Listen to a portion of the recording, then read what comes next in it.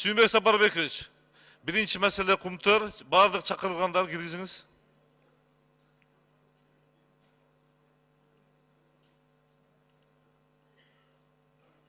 Урматтуу депутаттар, мурунку жазылган таблода жазылган суроолорго депутаттар бар. Зулукаров, Төрөбай Закирович келип такалганбыз. Ошол киши бүгүнкү күндө биринчи болуп суроолорду бере баштайт. Анан кийин ошо менен улантып кетебиз. Бул мүчүн дегенде мурунку отурумдун кумтөр боюнча каралып аткан маселенин уландысы. 6-ncı микрофон. Жылышса керек да. Урматтуу төраға, урматтуу депутаттар. Атамекен Самахов. Урматтуу депутаттар, 7 февраль 2003 жылы ошол кездеги өкмөт кабыл алган токтомду таап чыктым да. Согласиться с принципами схемы преступной реструктуризации проекта Кумтор золото, предложенная корпорация Камека Corporation. Согласиться деген токтомдо. Ошол кездеги Жумалиев, Оторбаев деген вице-премьерлер, Госком имущество, Минфин, Минюст преступники. Аппараттан Талгарбеков, Белковская и так далее. Мына ошол кезде токтом. Единственный Жомарт Оторбаевди көчө тиги Садыр Жапаровдун фильминде көрсөтүп атканда, как будто он защищал кылып түшүнүп калдык эле. Бирок единственный ушу Жомарт Оторбаев оказывается был против этого проекта, против реструктуризации, да? Анан калган мына ореке ошол кездеги преступный схемага кол койгон ошол кездеги министрлер, вице-премьерлерди чара колдонуу боюнча мына кагазын таап чыктым. Улуксат берсеңиз мен депутаттарга таратып берип коеюн, урматтуу төрага. Макул. Рахмат. Макул.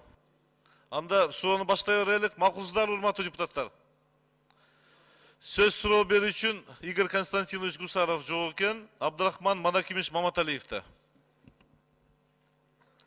Саламатсыздар, урматтуу депутаттар. Урматтуу Садыр Нуркожоевич, материалдар менен тааныштык, абдан чоң иш жасапсыздар. Эми муну смело айтсак болгудай, бул великая афера века, которая по масштабам претендует попасть в книгу Гиннеса. Ошондуктан сиз эми саясий эркиңиз бар деп ойлойм. Ушул кыргыз элинин Кудай берген байлыгын тоноп талоого чыккан адамдардын баардыгын ачыкка алып чыгып, элге жарыяласаңыз. Экинчиден, буларды ушу эл билсин. Эмне үчүн кыргыз эли ушундай мүңкүрөп, ушундай оорабалга келип атат. Айрыкча чет жерде үй бүлөсүн багам деп кыйналып иштеп жүргөндөрдүн баарына таратып бериш керек да. Экинчи эми суроо сизге. Мына биздин кээ бир адамдар, тигилерге жалданган адамдар айтып атпайбы, мына экологиялык зыян жок деп. Ошондуктан биз көрүп турабыз, эбегейси чоң зыян бар экендигин. Булар менен аягына далилдеш үчүн, жанагы өзүңүз айткан Морон сыяктуу эл аралык кадыры баркы бар бир топ чоң масштабта иштеген эколог эксперттерди привлекать эте аласызбы, этесизби, этпейсизби комиссиянын курамына? Токтотуп кое турсаңыздар убакыт. Рахмат, Абдрахман Мадакимович. Сиз айтпадыңызбы, баягы списоктарын жарыяласаңыздар, кимдердин катышы бар ошону депчи. Эл дагы сурап атат. Мына өткөндө чыккандан кийин ушу элдер сурады. Сиз эмне үчүн аттарын айтпай атасыз? Же соодалашып атасызбы деген дагы суроолорду койду. Мына ушул жерден сессия бүтүп чыккандан кийин тегеректеп алып.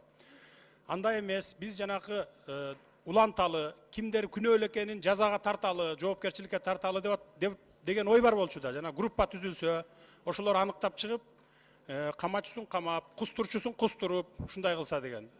Эч кимдин фамилиясын жашырганга деле биз кызыктар эмеспиз. Мына биринчи баштайлы 92-жылдан баштап айта турган болсок, биз докладыбызда айтып кетпедикпи? Ага тууган, дос жолдош жора экенине карабай ачык алып чыгалы деп чечтик деп. Чыңгышев, мына мен көлдү көзүм байкелерим болот. Өмүралиев Эсенгул, мына азыр Астанада посол болуп отурат. Ушулар кол койгон башында. Андан сырткары Дастан Сарыгулов, анан Санжар Айтматов, мына Ширин Чыңгызовнанын агасы болот, өзүңүздөр жакшы билесиздер. Ширин Чыңгызовнанын дагы позициясына абдан мен жогорку бааны бердим. Эч кандай тарых алдында күнөөсү барбы? Жооп бериш керек. Бир тууган экенине карабай деп, фамилиясын алдырбай, ушундай жолго барды. Буга рахмат айтышыбыз керек. Ал эми 2003 жылы болсо, ушу баякы 60-70%тен 30% болуп туруп, тескерисинче канадалык компанияга бергенде Танаев, Кудайбергеновдор кол койгон. 2009 жылы болсо Чудинов кол койгон. Чудинов кол коюп 50 жылга берген. Бул түбөлүк берген десек болот. Аны макулдашканда макулдашууга кол койгондор Айтмурзаев, Сатыбеков, Темирбаев, Абдылдаева, Асанкожоева, Ташбаев Учкун, Исаков, Иминов, Жумалиев, Галютин, Бердалиев мына ушулар кол койгон. Андан сырткары жанакы калдык сактооч, уулуу калдыктарды сактооч жайында бул толук ишке киргизилүүгө мүмкүн иштей бергиле деп баягы түбүнө 100 метрге чейин пленка салып андан ары салбай койгон деп атпайбызбы? Бул баягы абдан чоң суммадагы акча каражат кетет да, миллиондогон долларлар. Абдан кымбат пленка болот бул. Ошону дигил канадалык компания экономить эткен дагы, анан биздин чиновниктерди алдаппы же болбосо сатып алуу жолу мененби кол койгузган. Ишке киргизилсин деп. Буган Силаев башында турган председатель госкомиссия болгон. Моисеев, заместитель председателя госкомиссии болгон. Сарыгулов Дастан, Алыкулов, Сатыбалдиев, Костюк, Салиев, жакшы көрүнбөй калыптыр, Глишенко, Саркулов, Глиненко, Саркулов, Касымов, Тойчубек Касымович, Мурзагазиев, Кудайбергенов, Хаменюк, Давыдов, Токтосунов, Керимбаев, Ибраев, КЭ. Мамытов жок экен. Өзлөрүнүн колдору менен, мына печаттары менен турат, министрликтердин печаттары менен. Ушулар кол койгон мынакей. Андан сырткары 2009-жылы Сарычат Ээрташ госзаповеднигин берген. Бул мыйзамсыз берилген. Өзүңүздөр билесиздер, госзаповедниктер дүйнө жүзү боюнча бул өзгөчө корукка алынат. Аган ошо Чудинов кол коюп туруп берген, өзгөртүү киргизип туруп, уш жерден баягы алтын казып алууга уруксат берилсин деп. Ага Давлеткелдиев өзү бул мыйзамга каршы келет. Эл аралык мыйзамдардагы дагы биз жоопкерчиликти тартып калабыз. Болбойт деп көргөзө жазып, бирок баары бир баягы лист согласованияга колун коюп берген. Андан сырткары 2010-жылы Жетөгүз районуна караштуу 16 000 гектар жерди Данияр Үсөнов берип жиберген. 26 000 гектар экен баш аягы. 26 400 гектар. Ошо алтын казып алуу иштери жүргүзүлсүн деп. Бул список буну менен эле токтоп калбайт. Бул азыркы бүгүнкү күндө отурган, иштеп отурган чиновниктер дагы бар. Мен мындай сыртынан билем, бирок биз справкада көргөзүп атабыз. Баягы запрос бергенде өкмөткө 9 запрос бердик, дагы экөөнө гана жооп алдык. Эмне үчүн 7 жооп ала албай калдык дегенде мен ойлойм, ошо бүгүнкү чиновниктер аралашкан жерлерин катып бербей атат деп ойлойм да. Эгерде жанагындай сиздер колдоп берсеңиздер, ушул ишти улантып аягына чыга турган болсок, анда уже баягы тергөө иши булардын толук укугу бар. Барып изъятия кылып туруп, анан ошол жерден анан таап чыкса болот да, анда ачыкка жарыялоого болот. Экинчи суроого жооп берсеңиз. Экинчи сурооңуз болсо, жеке эле Моран эмес, дагы 2 компаниянын, биздин мына көз карандысыз эколог айтып кетти өткөндө, азыр дагы айтып койсун, кайсы 2 компания, мировой деңгээлде 2 компания мындан 3 жыл мурун, 4 жыл мурун эле өзлөрүнүн берген справкалары бар. Толук справкалары бизде бар, папкаларда тилкелген. А Моран болсо былтыр эле келип кеткен. Мына Эркингүл Иманкожоева жетектеген комиссияга тартылган экен, өкмөт тараптан аны кумтөр киргизбей койгон. Кумтөр Моран деле эмес, даже Эркингүл Иманкожоеванын өзүн комиссия менен 19-сентябрда барганда киргизбей койгондагы КППдан. Кайра келип Барсконго түнөп, Бишкек менен кабарлашып атып, 20-сында анан барган. Мына канадалык компаниянын Кыргызстанга келип туруп, бир кенедей кумтөрдү Канаданын территориясы кылып алгандыгы мына ушундан белгилесек болот. Дагы бир суроо.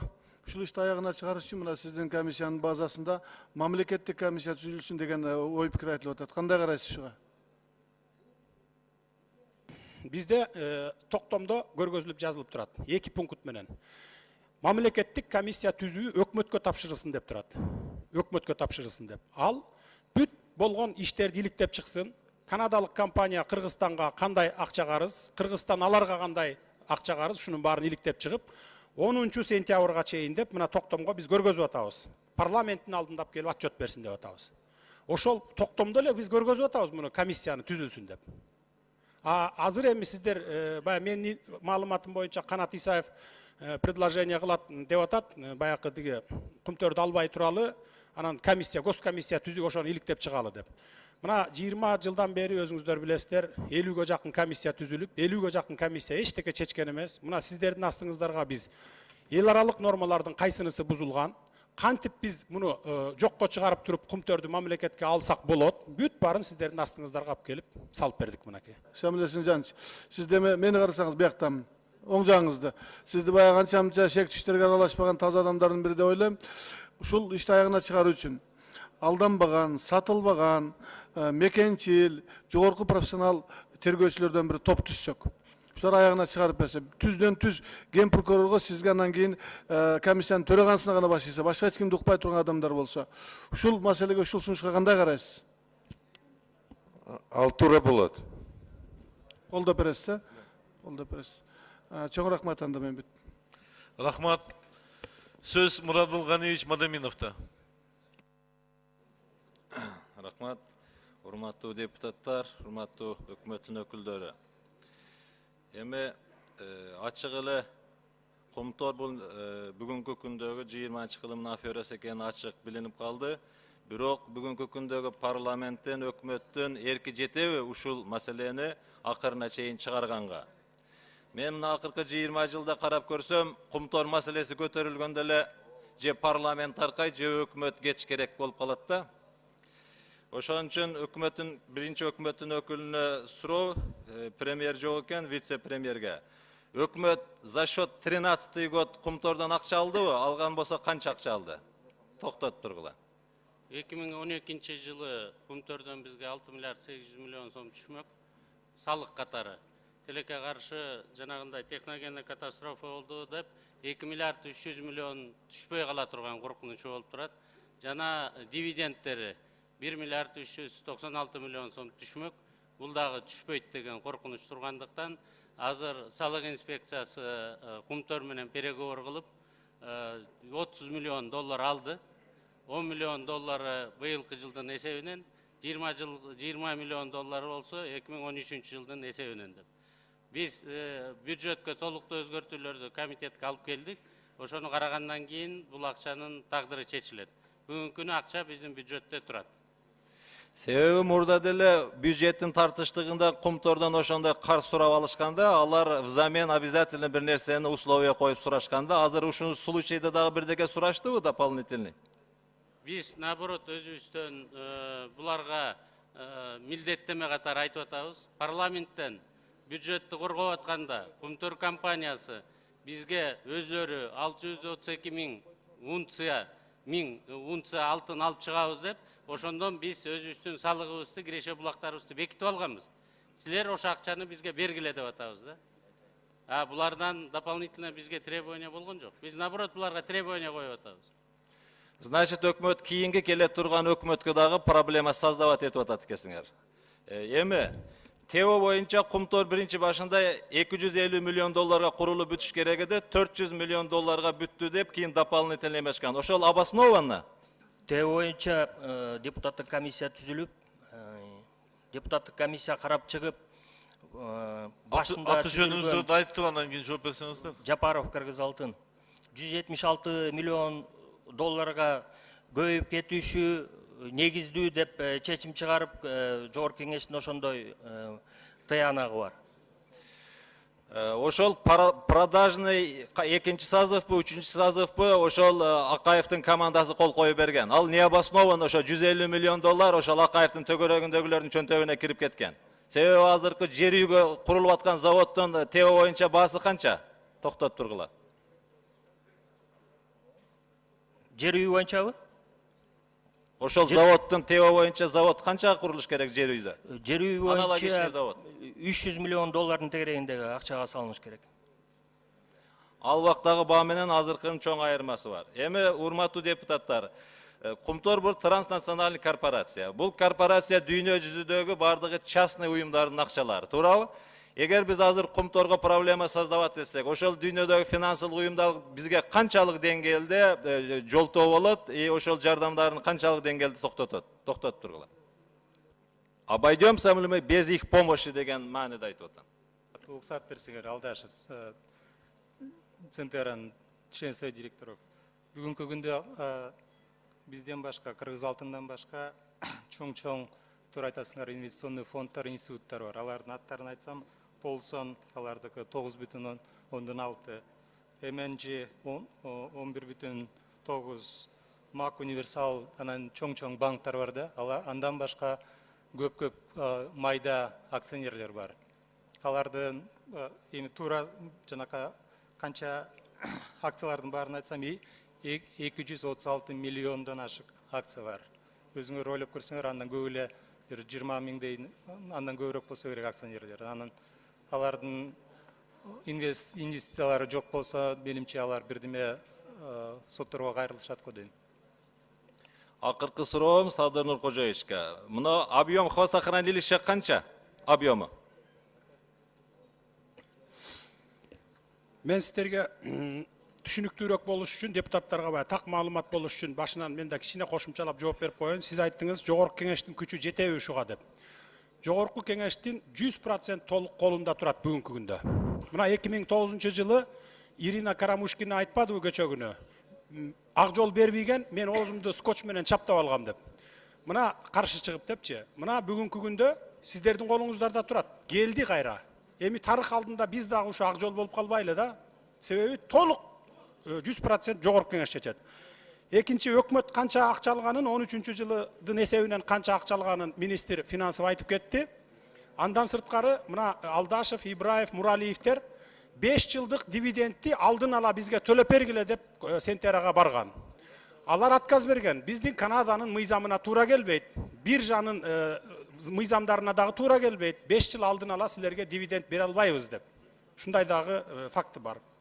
Ал эми объему болсо хвостохранилищанын бул 100 миллион куб кумтөрдүкү боюнча 100 миллион. А ошол эле мезгилде бүтүндөй Кыргызстандагы хвостохранилищерди алсаңыздар 70 миллион кубка жетпейт. Бардык республиканын объемун алганда. А бир эле кумтөрдүкү 100 миллион. 30 миллионго көптүк кылат да бардык республиканын хвостохранилищерин. Себеби кече ито толуп калды, өзүңүздөр көрдүңүздөр мына 1 метр, 1,5 метрдей гана толуп калды. Ошого карабастан четине дамба куруп, баягы топурактардан алдына мусорларды, техникаларды таштап, баягы калдыктардын баарын таштап туруп, үстүнө топурак менен гана дамба куруп атат бул. Мен себеби бир күндө 5-6 миллион тонн куюлуп атат деп айттыңыз го. Ошол эми бир жылга көбөйткөндө канча куюлуш керек? Объем 10 секунд. Оюңузду бүтүрүңүз. Мен түшүндүм сурооңузду. Вот ошол эгер объемдон көп тиги сливать эткен болсо, анан астында пленка жок деп атасыздар. Значит, ал асманга учуп чыгып кеткен жок да, жердин астына кетип атат да деген маанада айтып атам. Туп-туура айтасыз, жердин астына кетип атат. Аны бир эсептеп чыккан киши жок. Ошон үчүн биз жанагы 3 айлык мөөнөт бергиле дагы деп атабыз. Муну тергөө органдары барып тактап, аныктап, эсептеп чыгып, специалисттер ушуну такташыбыз керек. Сиздерге маалымат үчүн айтып кетейин. Biz 5 gün ошо кумтөрдө жаттык, эч жакка чыкпай ошо жерде иштеп аттык. Бир күнү күн тийди да, күндүз. Ачык күн тийип, аябай жылыган кезде ошо жерден капкара болуп, баягы түтүн чыкты. Мен ойлодум, мусор өрттөп атат экен деп. Жакындап мындай барып карасам, ошол жердеки бууланганда капкара болуп, бууланып чыгат экен да. Баягы как будто бир мусор, жанагы бир желим мусорларды өрттөп аткан сыяктуу болуп да. Рахмат. Мүмкүн болсо жана депутат Жапаровдун дивидендти эртерээк төлөп бер дегенде мен тактап коеюнбу? Чын менен эле өкмөт бизди сураган, ошо кандай центрге кандай жардам бере алат, ошолорду сурап көргүлөчү. Мүмкүн бизге жеңилдеткен кредит бере алабы, же дивидендтерди эрте төлөп бере алабы? Бизге бюджетте чоң пландарыбыз бар, бюджетте акчабыз жетпей атат деп. Анан ошолорду сураганбыз, чын менен эле. Биз сурадык, эртерээк дивидендти төлөй аласыңарбы десек, кайсы убакка деди. Биз айттык, мүмкүн болсо 1 жыл, 2 жыл, мүмкүн 5 жыл болсо кандай дейсиңер десек, бизге убакыт бергиле, биз карап көрөлүк. Анан бизге айтты, биз Канаданын законодательствосу боюнча андай бере албайбыз, кечирип койгула деп. Сырбек Сарыбович, техникалык жанагы суроого жооп урматтуу чакырылгандар, өзүңүздөрдү айтып туруп, аты жөнүңүздөрдү стенограмма үчүн анан жооп бериңиз. Артыкбаев Осмонбек Мамбетжанович, госинспекциянын директору, мындай тактоо иретинде айтып коеюн деп атам.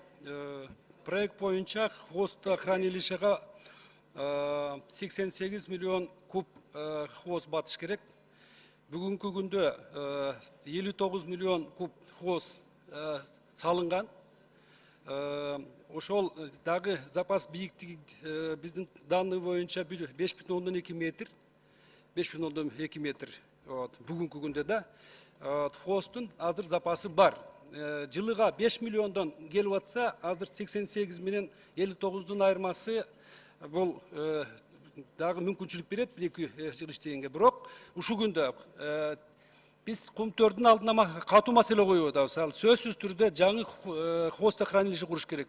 Ансыз бул келечектеги ишти улантып жүргүзгөнгө чоң маселе болуп калат. Бул маселе боюнча официалдуу түрдө министрлик кайрылган, Госком геология мурунку, и биз да кайрылганбыз. Булар тез аранын ичинде жаңы хвостохранилиштени куруу маселесин технологиянын негизинде бул иштерди аткарыш керек. Урматтуу депутаттар, мен да кошумча кылып айтып кетсем, сиздерге так маалымат болуш үчүн. 2007 жылы жаңы хвостохранилище кургула деп требования койгон. Ошондон бери карай ушул күнгө чейин жаңы хвостохранилище куруштун ордуна жана мен айткан мусорлар менен, техника менен, утилге чыккан техника менен дамбаны көтөрүп келатышат булар. Буга 42 миллион доллар жумшаган. 42 миллион доллар. Бул 2 миллиард сом. Ушул дамбаны көтөргөндөн көрө ошо 2007 жылдан бери курса 3 жылдын ичинде дагы бир 100 миллион кубтук жаңы хвостохранилище, баягы дүйнөлүк стандарттагы хвостохранилищени куруп койгонго жетет эле. Тилекке каршы бүгүн дагы ошол техникалардын баарын таштап, үстүнө топурак менен көтөрүп келатышат дамбаны. Сөз Чыныбай Акунович Турсунбековдо. Рахмат. Мен биринчи кезекте эсимде бул комиссияны түзгөндө экологиялык кумтөрдүн экологияга тийгизген таасирин изилдөө үчүн түзгөнбүз. Ошондо өтө чоң маселе Ысык көл менен Нарынга тийгизип аткан таасири боюнча болчу. Мени өзгөчө кызыктырган суроо, экологтордон сурайынчы, Нарын дайрасынын кандайдыр бир зыяндар тийип аттыр, ошону текшердиңерби, кандай натыйжалар болду? Ушуга жооп берип койсоңор. Рахмат. В реку Нарын, безусловно, есть влияние. Об этом говорит доктор Моран. И наши анализы, которые мы взяли и проводились, показывают, что идет загрязнение тяжелыми металлами. Вчера были озвучены результаты превышения по свинцу и по другим параметрам. Нужны еще дополнительные результаты анализов, потому что нельзя делать выводы на единичных только. Если продлят сроки, будет специально сделано временной, по времени, кратность, все требования будут выдержаны, но предварительный анализ показывает, что идет загрязнение тяжелыми металлами. Металлы откуда берутся? Это отвалы пустых пород, это карьерные воды, шахтные воды, которые должны откачиваться и очищаться. На фильме вы видели, что без никакой очистки эти воды просачиваются и стекают в ручьи и оттуда в Нарын. Аягы экологиялык катастрофа менен бүтүшү мүмкүнбү? В отчетах Морана и в международных аудитах четко написано, что есть влияние на живые организмы, на флору и фауну, что приводит к губительному. Анда менин суроом өкмөткө, комиссияга, анан кийин биринчи кезекте. Андай болсо мындай экологиялык катастрофа тобокелчилиги бар ишкананын иштетүүнүн кереги барбы? Өкмөткө дагы, комиссияга дагы. Пикирлерин коюн. Мен жооп берип коеюн. Ибраев Карабек, член Совета директоров. Я хочу сказать, что на Кумторе проводится ежедневное наблюдение за качеством воды, сбрасываемым с хвостохранилища, производится очистка воды. Ближайший водопотребитель от Кумтора, это город Нарын, находится 200 километров. И потом объем сбрасываемой воды, он мизерный по сравнению с тем объемом, который находится в реке Нарын. Выводы эксперты, я считаю, что данные от их анализов, они основаны на единичных наблюдениях. А Кумтор ежедневно, ежемесячно проводит мониторинг, и все результаты отчетов публикуются ежегодно и распространяются в Кыргызстане, везде можно найти, в библиотеке и во всех органах государственной власти. Чыныбай Акунович, иштетүүнүн кереги барбы деп атпайсызбы? Эгерде мындан бир 10 жыл мурун ушундай комиссиянын жыйынтыгы менен чыксак, иштетпей жаап салсак болот эле. Толук мүмкүнчүлүк болот эле, себеби жанагы мөңгүлөр сакталып калмак. Мынчалык хвостохранилищеге 100 миллионго жакын куб чогулмак эмес. Катастрофага алып келе турган коркунучка чейин. 10 жыл мурун же 15 жыл мурун жапсак болот эле да, азыр кеч болуп калды. Эч бир ал жерде мөңгү калган жок. Суулардын баары ууланган. Жана Сары Төрдөн 8 тонна алтынды алгандагы 3 жылдан бери рекультивация жок. Биз сунуш кылып атканыбыз, өкмөткө алалы дагы, өкмөткө алып, өкмөт иштетсин, жана 20% алтынды Нацбанкка кол тийгиз мамлекеттик запас кылып койсун деп атабыз. Бүт ошол жана катастрофага алып келе турган чыгымдардын баарын ушуну менен өзүбүз жабалы деп атабыз. Эмне үчүн дегенде мына сиздерге таркатып берди болуш керек, мен таркатып бер дедим элем. Фишердин колу менен турат жооп бу жерде. Жазганбыз, мунун баарына ким жооп берет? Миллиардтаган доллар экологияга чыгым келтирдиңер дегенде момундай жообун берип атат. Мы не имеем каких-либо финансовых обязательств в результате загрязнения почвы, грунтовых вод, водоемов или атмосферы деп атат. Биз бербейбиз дейт, бир тыйын дейт. Мына айтты го, кайыр сурагансып сурап жүрөбүз. 5% кредит бергилечи, 5 жыл алдын ала дивиденд бергилечи деп сурап атабыз деп. Кайсы киши 5 жыл алдын ала дивиденд сурап барат? Канча прибыль алабыз, каяктан билет? Балким эртең катастрофа болуп кетип, жок болуп кетет баары теңди. Качып Канадага барып, Гавайский островго барып жашай берет. Проблеманын баары бизге калып атпайбы? Биз ошон үчүн сунуш киргизип атабыз ушундай. Мен сиздин сөзүңүздөн түшүндүм. Ошо экологиялык бузулуу бар, чөйрөнүн баары жарабай калган, муз мөңгүлөр эрип кеткен, только иштеп ошону тазартышыбыз керек деп атасыздар, туура? Мындайда ал жерде иштегендердин жарымынан көбү, басымдуу көпчүлүгү токтоткула деп атат. Эми естественно баягы үйүн бага албай, үй бүлөсүн эптеп зарплата алып иштеп аткандар дагы бар. Алар токтоп калбасын деп атат. Бирок эгерде токтотуп салсак, азыр бүттү жабалы, Канадада кетсин, андан көрө токтотуп коелу десек, жанагы хвостохранилищага жок эле дегенде бир миллиардтаган долларлар кетет. Аны биз дагы дүйнөлүк банктан, Азиялык банктан, кошуна мамлекеттерден, Өзбекстан, Казакстандан кайыр сурайбыз да дагы. Андан көрө кумтөрдү толук алып иштетип, өз күчүбүз менен ошонун баарын ликвидировать этели деп атабыз. Мына Көчө Карганбек Садыкович айтып кетти. Жылына 2 миллиард доллардын акчасы түшөт деп атат. Биз алганыбыз 44 миллион 15 жылда. Андан көрө ошол акчаны Нацбанкка салбайбызбы? Андан көрө ошол акча менен ушулардын баарын ликвидировать этпейбизби? Хвостохранилищаны тазалап чыкпайбызбы? Жаңы хвостохранилище салалы, безопасный кылып туруп. Токтотуп салалы десеңиз, мен деле макулмун, бирок дагы кайыр сурап калабыз да башка мамлекеттерден. Тактоо иретинде айтып коеюн дедим эле. Анан мөңгүлөр боюнча биздин мыйзамыбызда мөңгүнү иштетпе деген эме жок экен да. Нету запрета на отработку. Поэтому прямое воздействие в настоящее время 4% ледников, которые вот в этом узле находятся, ледник Петрова, Лысый и Давыдова, прямое воздействие на 4% ледника есть воздействие, вот карьера действующего. Сиз калпайтпаңыз. Ледник бардыгы жок болуп кеткен. Азыр Давыдов ледниги жылып келип карьерге түшүү коркунучунда турат. Калган ледниктер жок. 4% жок болду, калганы турат деген. Кудайды карап калып айтсаң болбойбу? Ледник Петрова, комиссия узарып калса, мен сизди алып барып туруп ошол жерден көргөзөмүн, кандай экен. Ледник Давыдованын жылышын мен сиздерге айтып коеюн, урматтуу депутаттар. Канадалык Катардагы полицей билими жок, тоо инженер эмес. Ошол келип казгандыгына байланыштуу туура эмес алганда бул рудникке баягы алтын көп жаткан жерди сугалактанып казып баштап, биринчи музду кертпей туруп. Ал түйүн ала баштагандан баштап анан жылуу коркунучу башталганда музду сүрүлүп келип түшүү коркунучу. А жерден качып чыгышты дагы бедный урудан иштетип атат бүгүнкү күндө. Ошончо дагы 1 миллион доллардын алтынын алып атат күнүнө. Урматтуу депутаттар, анан жооп бергендер, чакырылгандар. Жоопту айтып атканда кыскача берсеңиздер. Анан бири-бириңиздерден жарышып, бир суроого 5-өңүздөр, 6-өңүздөр жооп бербей, 1-2 адам жооп бериңиздер. Суроолорго аябай абдан көп жазылган. Макулбу? Андан кийин кайталап ошол жообуңуздарды айтып атасыздар да. Кыска, нуска. Макулдар анан айтышпагыла. Асылбек Шарипович, уруксат болсо, мен Артыкбаев. Негизинен жанакы маселелер, маселе мөңгүлөр менен, маселе бул бар. Хвостохранилище маселе бар. Жаратылышты жана булгоо маселелери бар.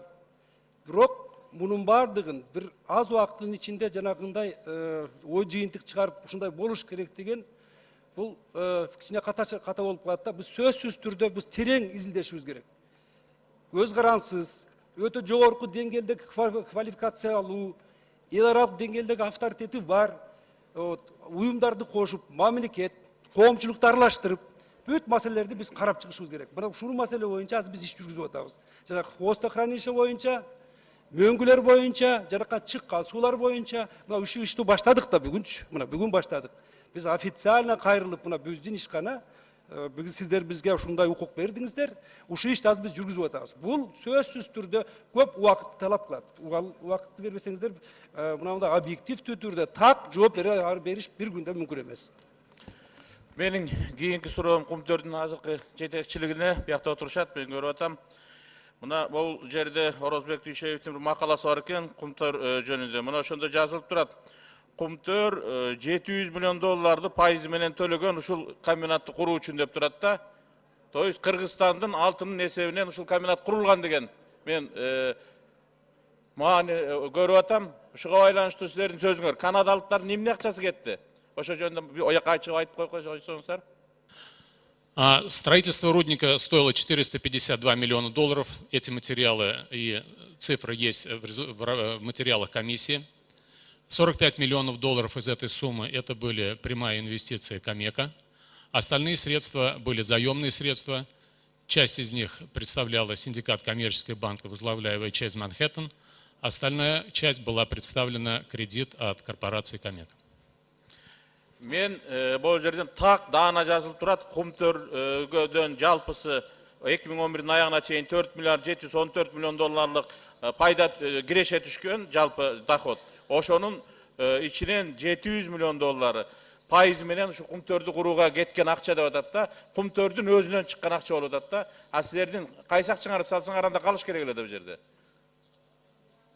Чыныбай сиз уақыт үнемдеп мен жооп берип коеюнчу. Булар айтып атпайбы $45 миллион салганбыз деп. $44 миллион булар мына инвестиция катары алып келдик деп туруп, кайра эле өзүлөрү ошол ЗИФке колдонуп койгон да. Ошол жака өзүлөрү инвестиция катары келип, биздин бюджетке отурган эмес бул. Кыргыз алтынга отуруш керек болчу бул. Отурган эмес да, өзүлөрү эле колдонуп салган ушуну кайра өзүлөрү. Так что бир тыйын акча салган эмес. Рахмат, Садыр Нуркожоевич, бул жерде биз мен кол койдум, бул отчетту печатка бергенде, андан кийин ушуну заседанияга алып чыгыш боюнча кол коюп бердим 2 кагазга. Бирок жанагы акыркы токтом боюнча мен личный башка комиссияларды билбейм, член комиссияларды. Токтом боюнча жанагы совет директорлорду киргизип чыган токтом боюнча мен личный таанышкан жокмун. Бизге тааныштык берген жоксуз, мен ага каршымын, сразу башынан айтып коеюн. Бирок бул комиссиянын кылган иштери боюнча жана член совет директору башкаларды жумуштан бошотуп ордуна башкаларды коюш боюнча мен макулмун. Бирок сиз макулдашпай туруп жанагы фамилияларды киргизгениңизге мен каршымын. Мен жооп берип коеюн. Акылбек Шакирович, сиз сунуш кылган директорлор кеңеши боюнча мен толук сиз менен макулмун, алып коелу. Ар бир фракция бирден жылдырыңыздар, анда булардын ордуна 5 совет директоровторду жылдыралы. Бирок компетенттүү, толук түшүнгөн, анан ар бир тармактан болуш керек да. Мисал үчүн, мен Индира Сатаркулованы эл аралык укук маселелери боюнча эмне үчүн киргиздим? Бизде эки эле кишибиз бар. Мына бирөө алдашып отурат, бирөө ушул эл аралык сотто англис тилинде соттошуп жүргөн юристтерибизден экен. Bir misal айтайын, 2009 жылы биздин өкмөт бир компания менен соттошуп, эл аралык сотто. Англиялык бир фирмага $105 миллион төлөптүр. $2,5 миллион төлөптүр да. Биздин ушу международный сотто бир процессибизди аягына чыгып колдоп бер деп. А эмне ушул Индира Сатаркулованы же болбосо алдашыпты колдонсо болбойт беле? $2,5 миллион эмес, $200 миң менен иштейт эле да. Эмне үчүн дегенде $2,5 миллион $1,5 миллионун берген дагы 2 миллионун чөнтөккө салып койгон биздин эле чиновниктер. Макул бул мурунку бийликте болду деп айталы. Акылбек Шакирович. А азыркы бийликте дагы мынакей. Мен кечээ сурадым министр финансовтан. Бербей атат. Дагы бир фирма менен соттошуп атат. Турецкий бир фирма менен өкмөт. Англиялык фирма утту деп атат. Бир Майкл бирденке деген фирма утту деп атат да. Анан суммасы канча долларга утту десем, аны бербей атышат дагы $17 миң предоплата кылдык деп атат. Ай, бергиле чайланайын, $2 миллион төлөдүңбү же $3 миллион төлөдүңбү? Бербейт. Мына жыйынтык. Эмне үчүн киргизгенин айтайын да. Анан эми мен макулмун, толук алып салалы. Бирок специалисттерди эртең ошол Алдашып, Муралиев, Ибраев окшоп балык болуп олтуруп, баягы эчтеке чечпей отурган совет директоров болбош керек да. Правлениянын көзүн чукуп туруш керек. Себеби правление толук өкмөткө башыят. Чукуп, моуну бүтүр. Экологияга зыян келтирген жериңди оңдо, финансовый нарушенияңды оңдо, уурдалып аткан акчаны мамлекетке бур деп турган көз карандысыз. Булар көз карандысыз эксперттер. 2 ай мурун эле сиздер менен бирге тандаган эксперттер ушулар. Правительствоңду да, өкмөтүңдү да, жогорку кеңешиңди да уруу ойнобогон кишилер болчу да, мына азыр отурушат артымда. Рахмат. Кийинки суроом, мына өкмөттүн жетекчилерине Құмтөр бизге 1 миллиард сом акча жардам берди. Бул кандай акча? Бул биздин бир кайсыл бир чиновникке бердиби же мамлекетке бердиби? 21 миллион долларды благотворительность деп берди. Биздин жаштар жана эмгек министрлиги. Кимге берди ошону? Мамлекетке бердиби? Мамлекетке берди деп эсептеп, азыр биз өкмөттүн заседаниясында карап, муну доходко, расходко коюп туруп парламентке алып келдик. Эгерде мамлекетке берилсе, мыйзам чегинде бул акча бюджетке киргизилип, анан мамлекеттик банктар аркылуу жанагындай бөлүнүп. Эми биз муну грант катары эсептеп атабыз. Грант катары келген акчалар бүткүл дүйнөлүк банк, Азия өнүктүрүү банкынан же бөлөк эл аралык институттардан келген акчаларды биз грант катары эсептейбиз.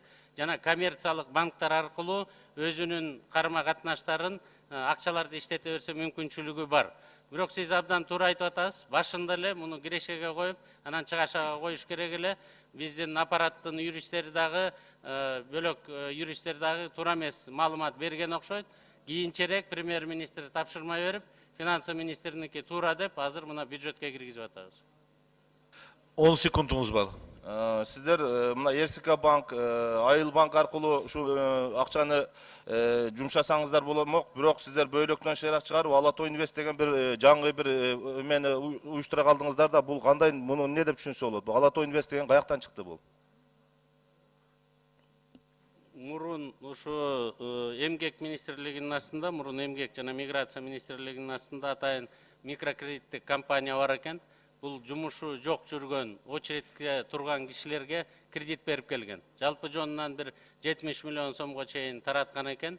Ошонун негизинде ар бир айыл өкмөткө жумушу жок кишилерге 2 миллион сомдон таратканга булардын ыкмалары жакшы экен деп өкмөт ошондой чечим кабыл алды да. Ошо микрокредиттик компанияны эле чоңойтуп, кеңейтип, жаңы менеджмент коюп, ошо аркылуу таратсак жакшы болот эле го деген ойду өкмөттө көпчүлүгү колдоп берген да. Муктар Юсупович, сөз сизде. Рахмат. Садыр Нуркожоевич, сизге суроо берүүдөн баштайын. Мына ар бир парламент келген сайын кум төргө асылат. Анан аягында баары тынчыйт да. Же болбосо парламент тарайт. Сиздин оюңузча парламенттагы өкмөт менен кошо кетеби же кетпейби? Мына күзгө чейин. Муктар Юсупович, мен аны айта албайм. Бирок мен бир нерсени суранам. Таркасак дагы ушу кумтөрдү мамлекеттин пайдасына чечип берип коюп, анан таркап кетели да. Ошондо ушул 5-чакырылыштын депутаттары тарыхта калабыз да. Анда чечип туруп тарап кетишибиз керек экен да, мен ушундай түшүндүм. Садыр Нуркожоевич, анда сизге дагы бир суроо. Сиз 1992 жылкы биринчи келишим менен тааныштыңызбы? Биринчи келишим менен тааныштык. Биринчи келишимде баардыгы так көргөзүлгөн, условиялар жазылган дагы 2007 жылы толугу менен Кыргызстанга өтүш керек эле. Кумтөр рудник толугу менен өтүш керек болчу. Ошону 2007 жылы өтүп кетерин алдын ала билип, 2003 жылы жана аферистер ушундай бир схеманы ойлоп чыгып, биздин чиновниктердин башын айлантып, сатып алчусун сатып алып туруп, анан кийин 3 жыл калганда толук өзлөрүнө өткөрүп алган. Себеби алтындын запасы ар жакта дагы чыкканда, 950 тоннадан дагы ашык бар экени. Баасы дагы көбөйгөн дүйнөлүк деңгээлде. Ошон үчүн ушундай өтүп кеткен. Мен анда кийинки суроом Улуттук банктын төрагасына Жена Мукаевна. Биздин алтын запасыбыз алтын менен тонналап айтып бериңизчи, канча вообще? Мыктыбек Юсупович, азыркы күндө биздин Улуттук банктын резервдик активтеринин курамы алтын бүт курамдын эмесинде 7,6% ээлейт. Эгер тонналап айтсак 2,8 тонна. Жо 2 тонна 800 килограмм. 800 килограмм. Сиз так айтсаңыз, анткени элдин баары так сурап атат да. Канча запасыбыз бар биздин алтындан? Это 89,5 тысяч троицких унций. Макул, рахмат. Анда берде прокуратуранын өкүлү жок экен. Садыр Нуркожоевич, анда сизге акыркы менен суроом. Кылмыш жаза кодексинде экоцид деген статьябыз бар. 10 секундумуз бар. Ошол статьяга иш козгосок болобу анда? Мына сиз баарын көрүп келдиңиздер. 10 депутат ашык. Экологиянын бузулушу боюнча. Мыктыбек Юсупович, токтоосуз иш козгош керек. Тиешелүү адамдарды токтоосуз камаса болот, токтом чыгарып туруп, следовательдин. Андан сырткары экоцид эле эмес, геноцид деген статьяны дагы койсо болот. Эмне үчүн дегенде, бүт Нарын дарыясына уу кирип атат дагы, ууну ичип атат. А жанакы хвостохранилищенин астынан суулар сарыгып чыгып, Ысык көлдөн тегерегинен кудук болуп чыгып атат. Ошонун баарын биздин элибиз ичип атат. Эгерде массалык түрдө ошол көбөйө баштаса, өзүңүздөр билесиздер да, ден соолукка зыяндагы уже эл өлө баштайт. Андан сырткары, эл аралыктагы милдеттенмелер бар мойнубузда. Жеке эле биздин Кыргызстан эмес, кошуна мамлекеттерде аттарын атап айла коеюн. Сөз Бөдөш Шаманбаевна Мамыровада. Рахмат. Мен негизги суроолорум Садыр Нуркожоев сизге болот. Айтыңызчы, муну Бирништейнди ким алып келген, ким аркылуу келген бул жерге? Бирништейнди Акаев алып келген. Акаев ошону лоббировать этип, башка Турциялык компания, Американын компаниялары 80% Кыргызстанга берели, 20% биз алалы деген сунуштар өтпөй, 70-30 менен ошо Борис Бирништейн сунуштаган Камека компаниясы уткан. Муну Акаев алып келген. Садыр Нуркожоевич, менин колумда Исабековдун комиссиясынын жыйынтыгы китеп турат. Ошол жерде жазылып турат да. Муну Айтматов Санжар алып келип Акаев менен тааныштырган деп. Эми Бөдөш Аманбаевна, мен өзүм баякы кагаз жүзүндө фактым болсо, анан ошону айтканды жакшы көрөм да. Андай маалымат мындай ооз-эки түрүндө бар, бирок кагаз жүзүндө жок. Кагаз жүзүндө Акаевдин мына ушул компанияга берели деп лоббировать этип аткан, сессияда сүйлөп аткан баягы легендарный парламентте сөздөрү бар. А Санжар Айтматов алып келди деген бир да жерде кагаз жок, бирок ооз жүзүндө айтылып атат. А мен ооз жүзүндө айтылган нерсени эч жерде эч убакта айтпаймын да. Садыр Нуркожоевич, ушул Кумтөр Operating Company түзүлөрдө Кыргыз алтын концернинин канчалык деңгээлде ролу бар болчу, катышы? Эми Кыргыз алтын, менин оюмча ошол Кыргыз алтынды баягы алтынды ташып чыгып кетиш үчүн эле ошо акчаларды ушул через Кыргыз алтын отмывать этиш үчүн эле түзүлгөн ушундай бир компания болуш керек деп эсептейм да. Жеке оюм өзүм. Изилдеп көрдүңүзбү? Кыргыз алтынчын жетекчилигине ошо специалисттер иштептирби? Ушул кандай адамдар келген ушу жетекчиликке? Кыргыз алтындагы тилекке каршы көп бизди кызыктырган суроолорго жооп берген жок. Бүгүнкү күнгө чейин жооп берген жок. Мен азыр эсимде жок канча катыбызга жооп берген жогун. Баарын эле конфиденциально бизде секрет дейт да, баягы жашыруун дейт. А Кыргызстан үчүн жашыруун эч нерсе деле жок. Андан сырткары бардыгын Сентерага таянышат, ошогон эле баягы шылтайт да. Алар Канадада отурат, бизге муну бербейт, тигини бербейт деп эле бербей атат. Эгерде ошол толук биз берген запросторубузга толук ответ алганда, анда баарын айтып чыкмак элек. Толук маалымат жок. Ошон үчүн жанакы комиссия кайра ишин улантып, тергөө иши Кыргыз алтынга дагы болуш керек. Себеби мен докладымда айттым. Бир эле мисал 11 миллион долларды которуп ийип, Эккерт деген фирмага бүгүнкү күнгө чейин бюджетке кайтарылган эмес. Ушуну менен эле иш козгоп, анан баягы терең кирип, баарын тең чуап чыгыш керек да. Садыр Нуркожоевич. Биз жооп берип койсок болобу, уруксат болсо? Садыр Нуркожоевич, сизге дагы суроо болуп ким? Ушул маселе боюнча жооп берип койсок? Сизге суроо болот, туруп туруңуз. Садыр Нуркожоевич, дагы мен бир суроом. Сиздин отчетуңузда дагы тиги Кубанычбек Сатындеевичтин отчетунда да жүрөт. Айтматов кол койгон деп. Айтматов качество кого кол койгон келишимдерге катышкан? Санжар Айтматов. Бир компания катары кол койгон экен. Мен жана айтып, фамилияларды айтып атканда айттым. Дастан Сарыгулов, Чыңгышев, анан Айтматов үчөө кол койгон, Санжар Айтматов үчөө. Дастан Чыңгышев премьер-министр катары кол койгон. Дастан Сарыгулов Кыргыз алтындын башчысы катары кол койгон. А Санжар Айтматов бир госкомпаниябы, жетиги ушундай компаниябы кол койгон да. Ошонун жетекчиси болуп турган. Садыр Нуркожоевич, бул Кыргыз алтынга дагы суроо берем, бирок сизден да билип алайын. Алтындан башка чыккан металлдардын тагдыры бүгүнкү күндө көлөмү канча деңгээлде казылып алынганын бир так аныктамасы саны барбы? андай аныктама жок. Себеби дегенде бүгүнкү күндө алтын менен гана күмүш өндүрүлүп атат. Алар каяка кеткен, жанагы калган металлдар? Азыр айтайын аягына чейин. Алтын менен күмүш даре деп коет, тияктан фабрикадан иштетип эритип туруп, анан кара балтага алып келип, күмүшүн өзүнчө, алтынын өзүнчө бөлөт. Аны болсо буган Кумтөр Operating Company менен Кумтөр Gold Company ээлик кылат, а калган отходун кыргыз алтын ээлик кылат да. То есть тагыраак айтканда алтын менен күмүшү Сентерага кетет дагы, жугундусу бизге калат. Калган металлдардын эсеби жок да, каяка кеткен? Жок. А калган ошол афинажный отход деп кыргыз алтын Финляндия менен Швейцарияга жөнөтөт экен. 77 тонна жөнөткөн. 1 миллион канча доллар болгондо алчы. Анын баасындагы ким чечет, ким койду ошол афинажный отходду? Составында эмне бар деген сурообузга тилекке каршы жооп ала алган жокпуз. Составында эмне бар? Вольфрам барбы? Жана башка металлдар, платина барбы деген суроолорубузга жооп берген жок. Кимиңер жооп бересиңер? Кыргыз алтындын жооп берет болушуңар керек. Дүйнөлүк практикада ушул кандай төлөнөт экен? Сырьего төлөнөт бекенби же сатылып алынгандан түшкөн кирешеге төлөнөбү пайдасы? Кыргызстанга ушуну аныктадыңарбы? Бизге жанагы сатылгандан кийинки прибыль төлөнөт экен да? Мен ушул азыр айтылган суроолорду кыскача эле жооп берип коеюн. Кыргыз алтын ишканасы 92-жылы түзүлгөн. Кыргыз алтындын курамына өзүнчө макмал алтын, Терексай, Солтон Сары ишканалары да кирет. 2800 жумушчу иштейт.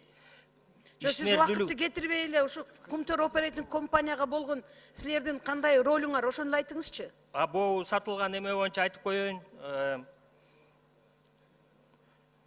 Биз бу афинажный заводдон чыккан калдыктарды кайра иштетүү боюнча Балиден, булар Швецияда, Финляндияда өзлөрүнүн заводдору бар. Жалпы 2001 жылдан бери 183,9 тонна отходдорду алып чыгып, переработка кылып чыгып, анан кийин буну сатылгандан кийин мунун курамында 3 металл гана расчетка кирет. Бул алтын, күмүш, анан кийин медь болуп. Ошолордун баары бизде жылдар боюнча кууп берде маалымат даярдалган. Бул маалыматтардын баары комиссияга берилген. Биз өзүбүз затраттарды, расходдорду көбөйтпөш үчүн атайын эл аралык лабораториянын өкүлчүлүктөрүн нанимать этип, жалдап, алар болсо Сиз кыска жооп бериңизчи, алтын менен күмүштөн башка чыккан металлдардан, бизден чыккан металлдардан пайдасын алып атасыңарбы? Каяка кетип атат ошолор?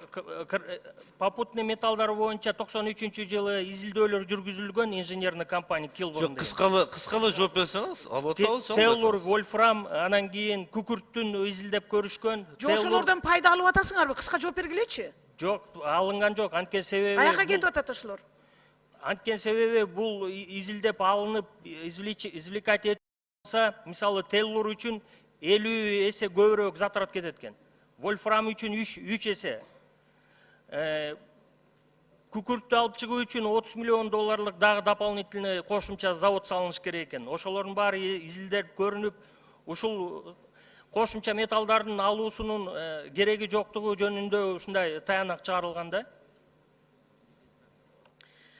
Ушул Кумтөр компаниясына специалисттерди кандай критерийде тандап аласыңар? Мисалы үчүн экологдорду, геологдорду, буравиктерди, жанагы горный инженерлерге силердин катышыңар барбы ушуларды тандап алууда? Муну Кумтөр компаниясы өзү жүргүзөт, бул тандап алуу. Силер катышпайсыңар? Биз катышпайбыз. Болду. А директорлор кеңешине кандай критерийлер менен тандап аласыңар? Директорлор кеңешине өзлөрүнүн опытына жараша кабыл алынат.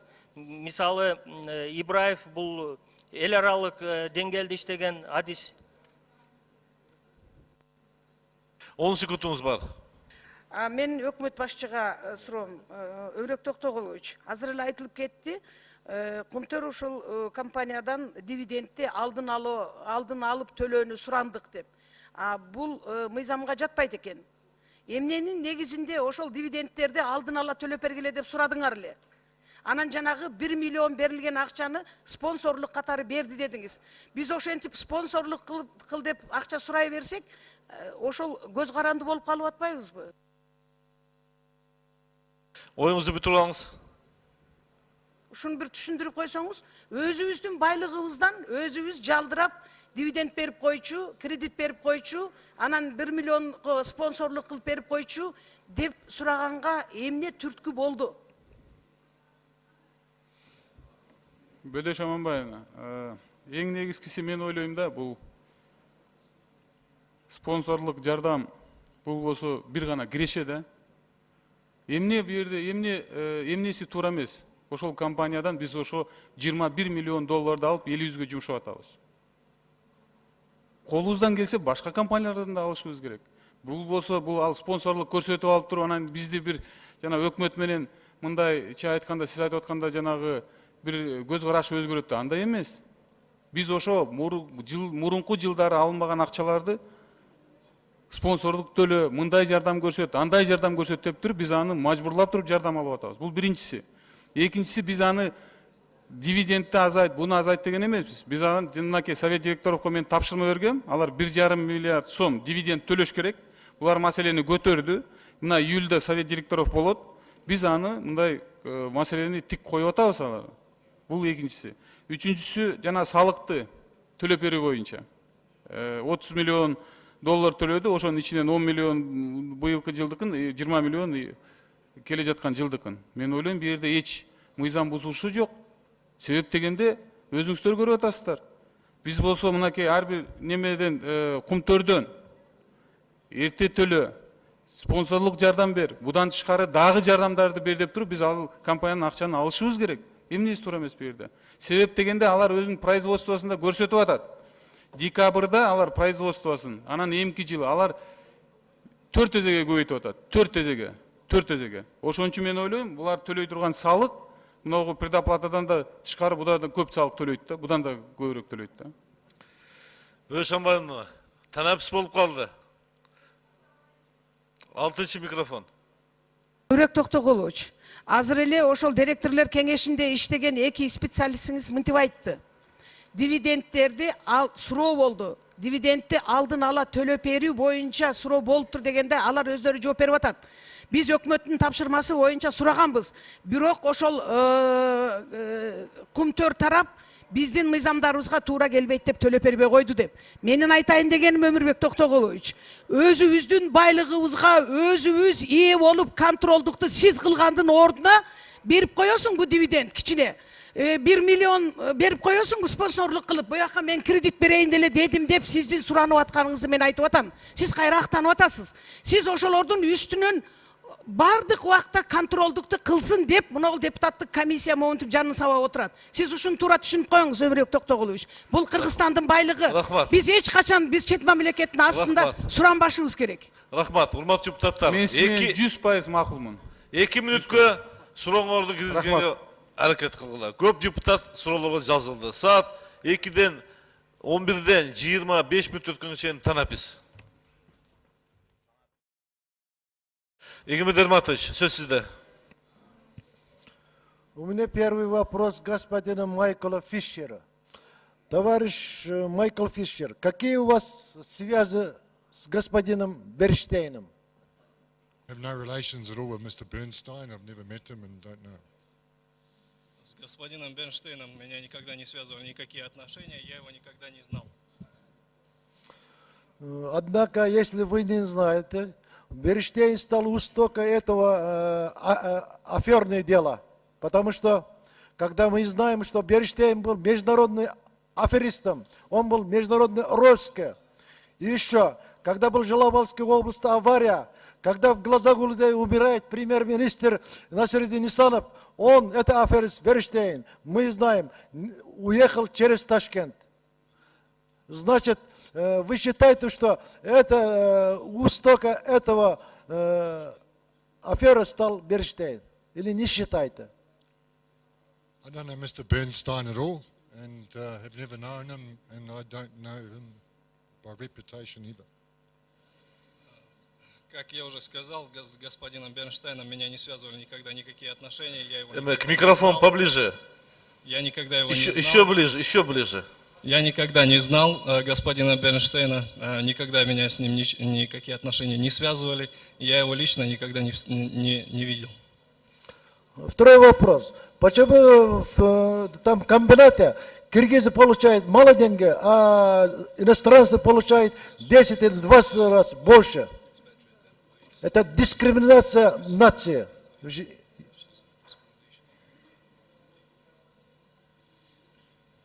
The expat employees' wage scales are competitive internationally and are worked out by Centera in Toronto.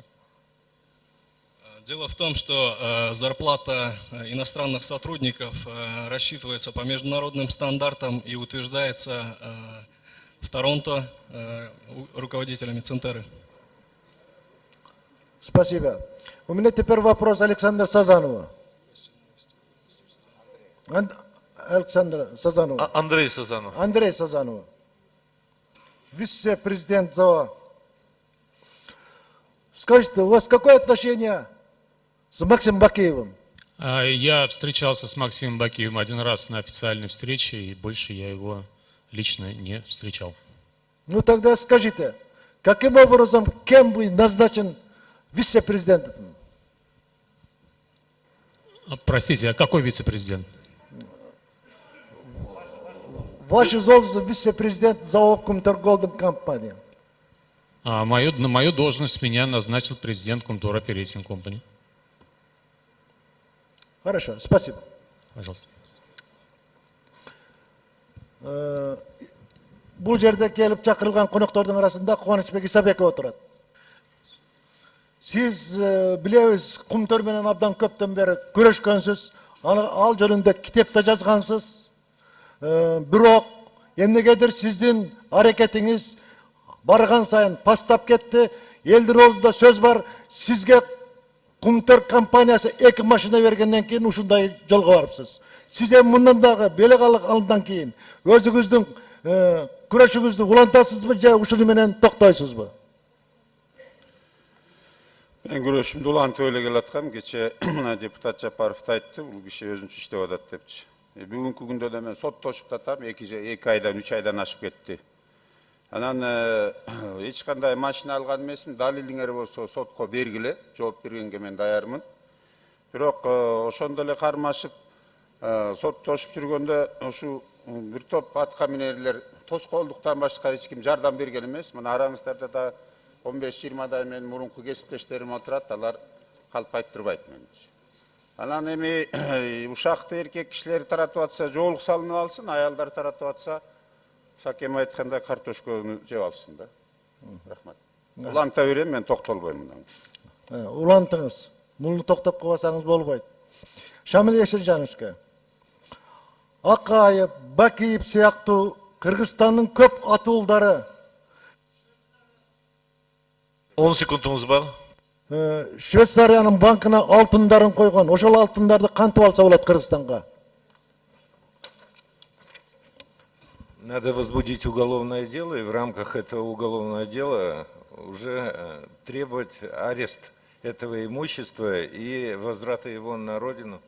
Сөз Канатбек Эликанович Исаевта. Рахмат. Менде биринчи суроо директорлор кеңешинин мүчөлөрүнө канча жолу 2011 жылы директор кеңешинин жыйындары өттү?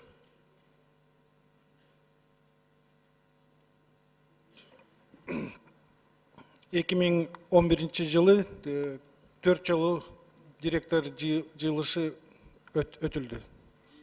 Жыйыны. Рахмат.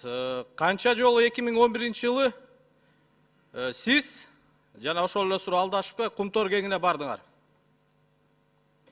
2011 жылы 2 жолу Кумтор кеңине барып, совет директоровдун мүчөлөрү менен чогуу кеңди көрдүк. Өзүнчө да Кыргыз тараптагы директорлор өзүнчө да Кумторго барып көрүп келгенбиз.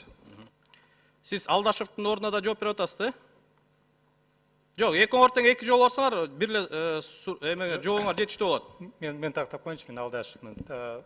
11 жылы мен 2 жолу катыштым. Жакы кеңешке. Эмне үчүн дегенде мен айтпадым кече майдын аягы июндун башында шайлангамда, ошого ошон үчүн 2 жолу кезиккем. Боро кеңи жалпы Центеранын ичинде алтын байлыктары боюнча канча пайызды түзөт?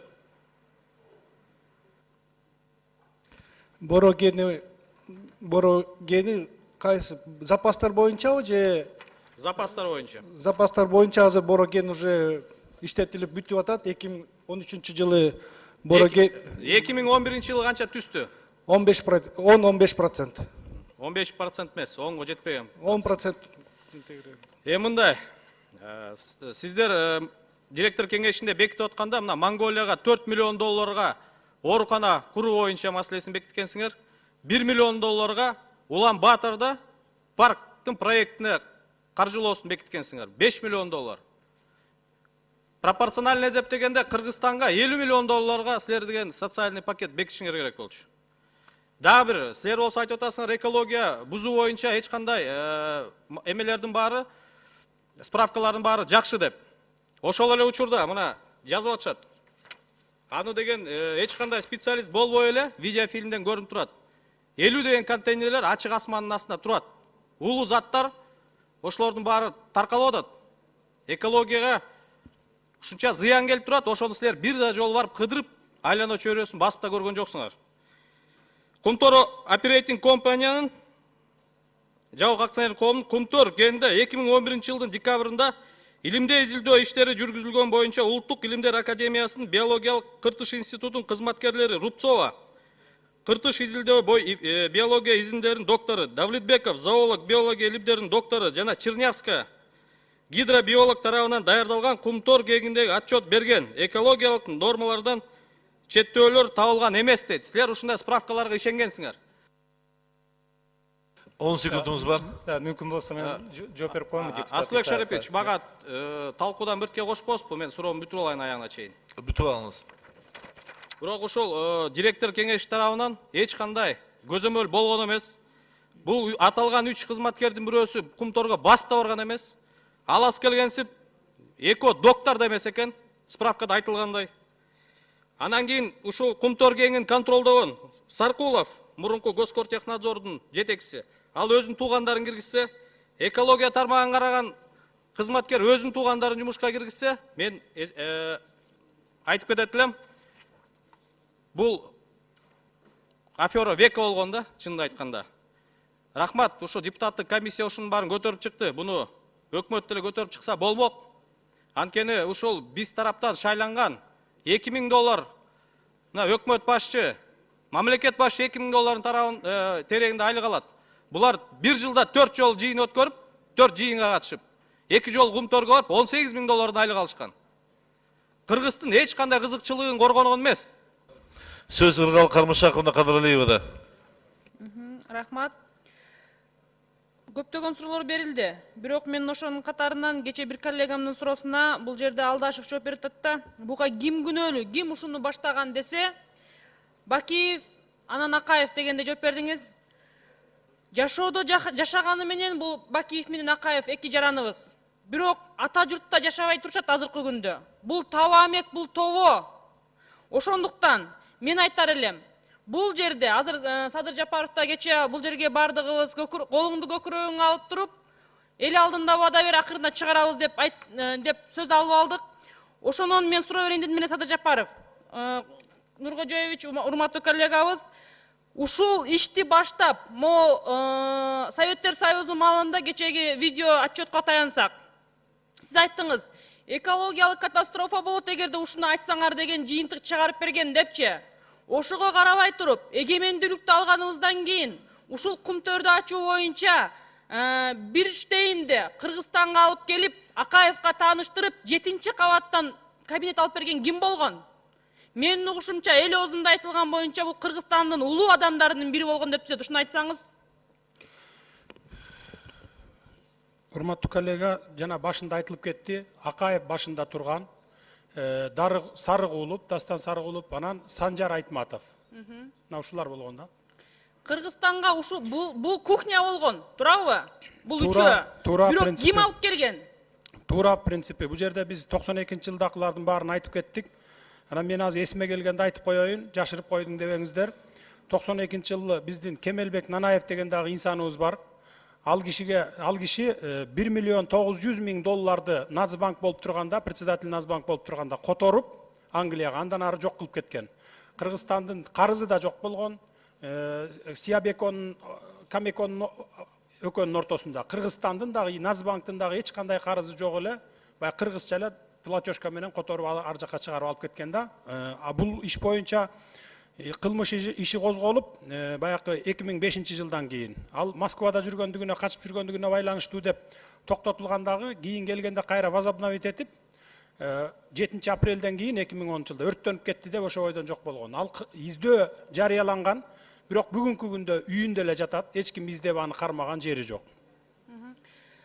Өткөндү тапанча менен атсаң, келечек сени замбирек менен атат дейт. Бирок ошого карабай туруп биз тарых үчүн айтышыбыз керек. Мен кечетен бери аксакал ошол убакта иштеген бир нече депутаттар менен кеңешсем, бул жерге биздин Кыргызстанга алып келген Чыңгыз Айтматов болгон, туурабы? Эми Чыңгыз Айтматовдун эч жерде кагазы жок, Санжар Айтматовдуку бар колдору. Жана агрокорпорацияны тейлечү экен, директор экен ошол кезде. кезде. Садыр Нуркожоевич, биз тарых үчүн айтышыбыз керек, рахмат. Бирок мен айтарым, мына убакыттын тардыгынан айтып өтөм. Бул жерде ошол убакта кол койгон Чыңгышев аксакалыбыз азыр бар Кыргызстанда. Алып келип сурабайлыбы? Себеби биринчи келишимди өзгөрткөн үчүн. Мүмкүн болсо Кыргал Кармышевна, мен силердин жанагы мен айтты деп атпайсыңарбы, Акаевпи, Бакиевди. Жок, мен айткан эмесмин аны. Силер жаңылып калдыңарбы же башка бирөөнү окшоштуруп атасыңарбы? Мен айткан эмесмин аны. Мен адашпасам, мурда күнү сиз айттыңыз, стенограмманы карайлы. Анда эмесе, урматтуу коллегалар, мен айтарым. Жоопкерчиликти карасак, улуу муундун жоопкерчиликсиздигинен кичүү муун артынан көч болуп ээрчип баратабыз. 10 секундуңуз бар. Макул, рахмат. Ошондуктан айтат элем, биз жоопкерчиликке тартууну үйрөнүшүбүз керек. Бул жерде фамилияларды атасам, Садыр Нуркожоевич айтканы боюнча, Танаев, Чудинов, Силаев, Моисеев, Костюк, Глиненко, Давыдов, бул фамилиялар каяктан чыккан?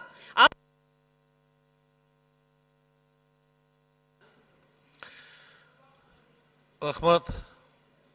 Кандай жооп бересиздер?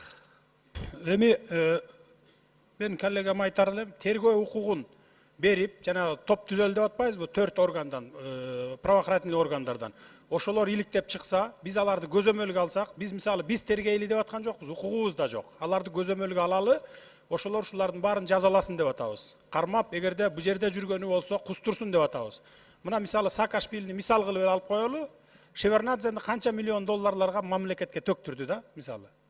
Ошол сыяктуу ушундай иштерди алып баргыла деп атабыз. Эмне үчүн биз көзөмөлгө алалы деп атабыз? Мен буган тимеледиги жанталашып эле барып, мен баарын тейлейин деп аткан жерим жок. Ген прокуратурага да берсек болот эле. Бирок көчө өзүңүздөр видео тасмадан көрдүңүздөр, 2 жылдан бери эч иш козгобосо, контрабандалык жол менен алтындын баарын чыгарып кетип атса, анан карабаган Ген прокуратура бүгүн карайбы? Ошонун негизинде эле парламент көзөмөлгө алалы деп атабыз. Бул биздин регламенттеги толук укугубуз бар. Бардык жагын көзөмөлгө алып контролдоп турчу органбыз биз. Укук берсеңер, булардын баарын ачып чыгабыз. Рахмат. Сөз Азамат Абдулажан Шарапбаевда. Урматтуу коллегалар, мен ал кишинин ордуна сүйлөп атам, өзүмкүнө сүйлөбөйм. Значит, менин суроом бар эле Садыр Нуркожоевич. Биринчиден, орусча берейинчи, можно ли отменить все поздние соглашения и вернуться к соглашениям 92 года, но в рамках закона? Можем ли? Биз сиздерге таркатып берген токтомдо бардыгы ачык жазылып турат. Урматтуу коллегам, бардыгы ачык жазылып турат. 92-ге кайрылыштын кереги жок. Толук алышыбыз керек. Себеби 92-жылкы келишимден баштап бүгүнкү 2009 жылкы келишимге чейин бардыгы мыйзамсыз өткөн деп атпайбызбы? Ошонун баарын жокко чыгарып, биз мамлекетпиз. Алар частный компания, жокко чыгарып туруп алалы деп сизге сунуш киргизип атабыз. Токтомдо турат. Токтомду аягына чейин окуп чыксаңыздар, ошол жерден түшүнөсүздөр. Сиз да окуп көрсөңүз ошо токтомду. Аягында мен сөз алып мындай окуп берейин деп атам. 2007 жылы Кыргызстанга кайра кайрылып берилиш керек экен. Эгерде ошол 1992 жылдын токтомуна биз таянсак. Мен ошону айтып атам. Бул бир. Экинчиден, жогорку кеңеш эртең жоопкерчиликти алалабы өзүнө? Кыргызстандын тагдыры боюнча эмне ошол кумтөр боюнча түшүнүп атасыңарбы? Макул алалы, колап чыгалык. Эл арасында биз ар кандай бололук? 20 жылдын ичинде бир сапар бир неме келген экен, инвестор экинчи таптакыр келбей калсын, мейли. Бирок эртең биз элдерге айлык таратып беришибиз керек, тиги болуш керек. Ошонун баарысына биз кадыр чечим алып туруп, жогорку кеңеш милдетин ала алабызбы? Мен сизге ушундай суроо берейин. Урматтуу Нарымбек Молдобаевич, бизди эл ошол чечкиндүү кадамдарга барып, биздин тагдырыбызды туура руслада чечкиле деп шайлаган. Эгерде баягы оруста жакшы сөз бар, нириба немяса деген. Ошондой болуп отура берсек, анда мамлекетибизди жок кыла берели, анда жок болуп кетет анда. Жок, эң туура, мен мисалы үчүн кошулам. Кандай болсо дагы кыргыздын элинин кызыкчылыгын сактаганга. Бирок ошондо дагы бир закондуу мыйзам жол менен барсак, эртең шымы жок калбайлык, эгерде бизди сотко берсе биз уттуруп коюп. Мисалы үчүн, ушундай жактарын бир ойлонуп туруп иш кылсак деген сөз айтып атам. Ачууга кадыр берилип, туура эмес чечим кабыл алып албайлык дегендей сунуш кылып атам. Нарымбек Молдобаевич, сиздердин колуңуздарда токтом турат. 800 барактан отчет турат, орусча, кыргызча тилдеринде. Андан сырткары дагы 400 барактан, дагы 800 барактан десем жаңылышпайм. Юридикалык заключение турат, эл аралык. Ошол жерде окуп, мен сизди точно билем, окуган жоксуз аны. Ошол жерде 62 жылдан бери карай кыргыз мамлекети менен эл аралык уюмдарда, СССР кезден баштап кайсы келишимдерге кол коюлган? Ошол мыйзамдуу ошол келишимдердин алкагында түзүлгөнбү ушул Сентера менен, Сиябеко, Камеколор менен, же жокпу деген маселелерди карап, таап чыгып, эч кандай ага туура келбейт деп туруп силерге бердик го. Ошонун баарын закондуу мыйзам жолу менен отмить этсе болот. Бул бир. Ошо мыйзамдуу жолу менен баратпайбызбы? Экинчиден, биз көрүп атабыз, бул кумтөрдүн Кыргызстанга пайдасынан зыяны көбүрөөк экенин көрүп атабыз. Бир эле мисал, экологиялык безопасность боюнча, эгерде нарын сууга чыгып аткан жанагы тяжелый металлдар элге тараса, анда биз элдин баарын кырып алабыз. А бул нарын суу Орто Азияны боюнча кетет. Ошондуктан мен суранып кетер элем, жана Нарын областына 1%-ти берүү жагын. Ушул жагын жана токтомго кошуп коюңуздарды мен абдан көптөн көп суранып. Рахмат, урматтуу Нарымбек Молдобаевич, сиз нарын суусуна уулуу заттар кошулуп калса кокус деп атасыз. Бул 10 жылдан бери эле кошулуп келатат. Бүгүн эле эртең кошула тургандай акыбалда эмес. Ал 1% боюнча мен азыр эсимен чыгып калды, бир коллегабыз сунуш киргизип атат. Нарынга да Ысык көлгө 1% кандай төлөнүп жүргөн болсо, баягы фондко, Ысык көл фондко. Нарынга да ошо 1% киргизели токтомго деп. Каршылык жок аган. Сиздин 10 секундуңуз бар. Чоң рахмат. Мен бир каалап кетер элем да, кадыр биздин өкмөт ушу бүгүнкү абалды пайдаланып туруп, колунан келишинче көзөмөлдүк нерсени алып алса жакшы болор эле. Мындай мүмкүнчүлүк силерге тие бертең тийбеби бир Кудай билет. Рахмат. Азыр эстегенди айтып коеюнчу. Карганбек Садыкович Самаков көтөргөн азыркы 1% боюнча мен азыр эстедим. Батырбеков, Самаков, Турсунбеков кол коюп келишти. Рахмат. Сөз Исхак Айтбаевич Пирматовда. Рахмат, биринчи суроом Садыр Нуркожоевич сизге. Айтыңызчы, акыркы бир жуманын ичинде өзүңүздүн берген интервьюларыңызда же болбосо өзүңүз даярдаган жогорку кеңештин токтомунун долбоорунда улутташтыруу деген термин колдонулду беле? Же болбосо национализация деген? Урматтуу коллегам, улутташтыруу деген, анан денонсация деген бул жерде маселе жок. Улутташтыруу деген айтсаңыз, сиздин оозуңуздан ошондой термин чыктыбы, чыкпадыбы? Оозуман андай термин чыккан дагы жок, чыкпайт дагы. Себеби биз анда эмне себептен сиз бардык жогорку кеңештин аброюн шек келтирип атасыз, эч кандай реакция жасабайсыз? Мына мен 5 күндөн бери бардык каналдардан көрүп атам, ошондой серепчилердин немелерин, якобы вы являетесь инициатором национализации и экспроприации. Жооп берип койсоңуз ошо. Урматтуу Исхак Пирматович, мындайда, эгерде мен массалык маалымат каражаттарга чыккан ар бир статьяга эле реакция кыла берсем, анда мен 24 саат уктабашым керек да. Анын үчүн улам күндө интервью менен гана алек болушум керек. Ал эми мен жогоруда айтпадымбы, массалык маалымат каражаттарынын айрымдарын сатып алганда ошолор аркылуу ушундай интрига жүргүзүп атат. Ошон үчүн ага көңүл бурбай да коюңуздар. Кечээ мына чыкты, Садыр Жапаров барып басып алыш керек деп айтты деп. Мен айтып атам, оперативдүү түрдө барып көзөмөлгө алып кайтарып калыш керек деп. Чтобы имуществоларды чыгарып кетпесин, акчаны, алтынды чыгарып кетпесин деп атам да. Ошентип айтсам, массалык маалымат каражаттары башкача кылып берип атат. Андан сырткары айтып атат, Сентера 20%-тин алтындын, казылып алынган алтындын 20%-тин кыргыз өкмөтүнө берип туруш керек деп. Сентера эмес, Кумтөр, жаңы түзүлгөн Кумтөр алтын деп атам. 20% добывать эткен золотону государственный неприкосновенный запас катары Нацбанкка тапшырып берсин деп атам. Үчүнчү суроо директорлор кеңешинин мүчөлөрүнө жана өкмөткө. Айтыңыздарчы, мына 20 жылдын ичинде biz мына довольствуемся тем, что получаем долю в виде дивидендов, да, от распределения прибыли. Были ли вами лично, уважаемые представители Кыргызстана, 10 секундумуз бар. это не является элементами микроменеджмента, поэтому я задаю вам вопрос. Были ли вами внесены конкретные предложения от ухода при распределении прибыли и о разделе продукции в натуральном виде? Да, уважаемый Искак Айтбаевич, ответ да. Да, мы поднимали этот вопрос и неоднократно.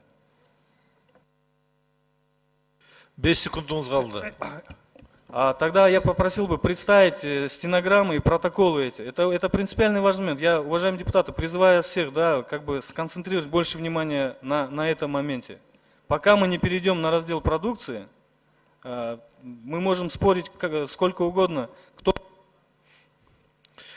Рахмат, урматтуу өкмөт, айрым маселелер көтөрүлүп атканда, мына перерыв болду 1 күн, мурдагы күнү. Бүгүн жооп жок деп атасыздар да, жооп дайыр болуш керек. Сөз Чолпон Алыевна Султанбековада. Мен сүйлөп коюнчу, Асылбек Шарипович, мага да 1 мүнөт кошуп койсоңуз, эгер жетишпей калса. Коша албайм, 10 секунд гана. 10 секунд гана коша алам. Анткени мен комитетте мүчө болуп бардым элем да, ушу текшерген. 10 секунд гана коша алам. Баштан баштагыла. Рахмат, урматтуу коллегалар, урматтуу чакырылгандар. Мен 2011-жылы ТЭК комитеттин иш группасы менен Төлөгөн Райкан Касымбеков жетектеген группа менен Кумтөрдү өз көзүм менен көрүп келдим. Менин айтайын дегеним, бул бүгүнкү күндөгү Кумтөрдүн абалы эртеңки күндө бизге ар бирибизге сабак болуш керек. Мына биз эртең дагы ушундай сыяктуу кендерди ачкан отурабыз, туурабы? Ошон үчүн кече күнү могу тасмадан көргөзтү, тарыхыбызды тастыктайт деп. Ушул жерде экс депутаттардын сүйлөгөн сөздөрүнө ар бирибиз күбө болуп отурабыз. Эмне деген гана сөздөр айтылган жок. Абсамат Масалиев, Дооронбек Садырбеков, мына турган Темир Сариевтердин сөздөрү. Бул деген кылмыш деди. Мына кылмыштын бүгүн бети ачылып отурат. Ошон үчүн ар бириңиздер ойлонсоңуздар, эртеңки күндө ушу элибиздин, жерибиздин тарых барактарынын астында жүзүбүз ар бирибиздики жарык болсо деген ниетке чакырып кетет элем. Мен ушу Кумтөргө барганда мына 3 совет директоровдун мүчөсүнө суроо да, кайталабай эле коеюн, бирок мына киргенде балыкчыдан баштап туруп чаң болгон жолдор менен өттүк. Бул договорга кирген, ушу балыкчыдан баштап жол 4,5 километрге чейин оңдолот деп. Жер расширение кылган жок, кече күнү жооп берген жок, чаңга биз суу гана сейип коюп өтөбүз деди. Кумтөргө киргенде мактанган нерсеси мына миллион, bir айда 1 миллион кететкен тамак ашына. Мына каалаганыңар жегиле, ичкиле.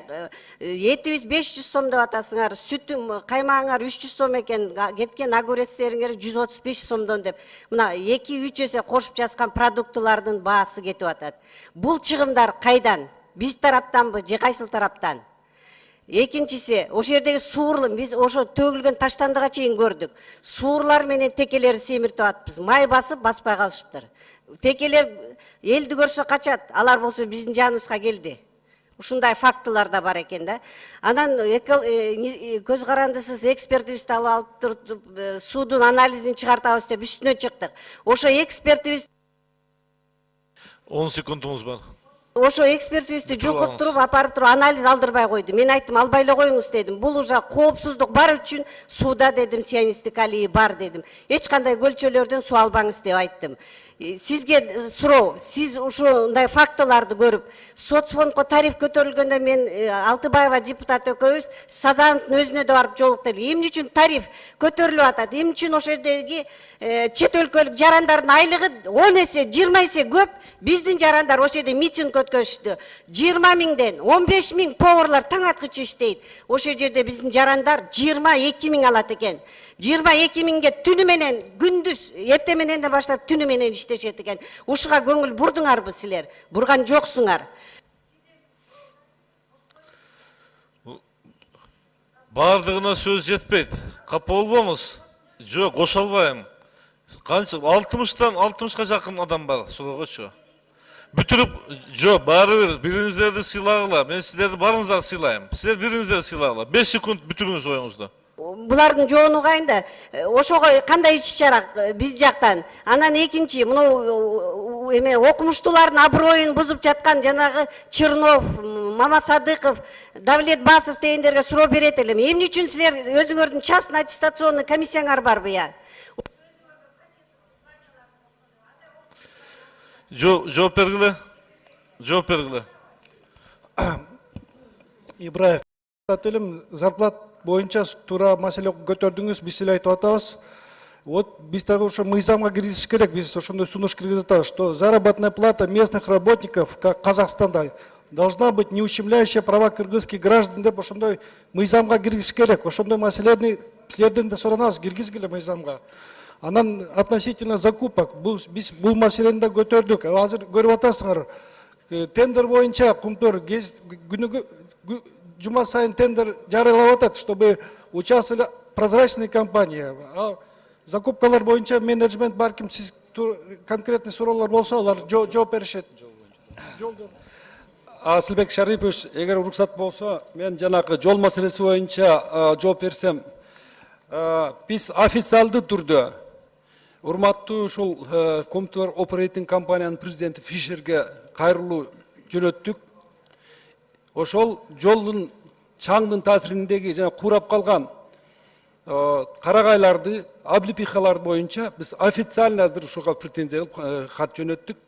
Бул боюнча биздин мыйзам уруксат берет, ушуга тез аранын ичинде булар бизге жооп берет.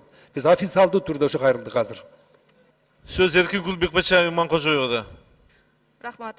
Мен Садыр Нуркожоевичке суроо берет элем да. Мына Бакиевдин убагында коррупцияга каршы комитеттин жетектедиңиз. Андан мурун Акаевдин убагында депутат болдуңуз.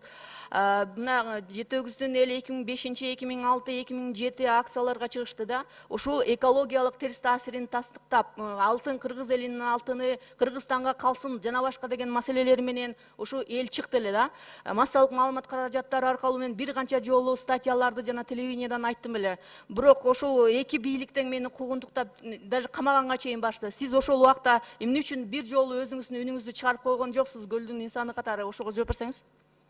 Рахмат, абдан жакшы суроо болду. Акаевдин убагында депутат болгонум жок. Мен Акаевдин бир тууган балдызы менен каршы чыгып, 12 кандидат чыгып, ошонун ичинен менин кандидаттыктан алып салып, эл жолду тозуп атып, кайра койгон, мыйзамсыз алып салгандыгы үчүн.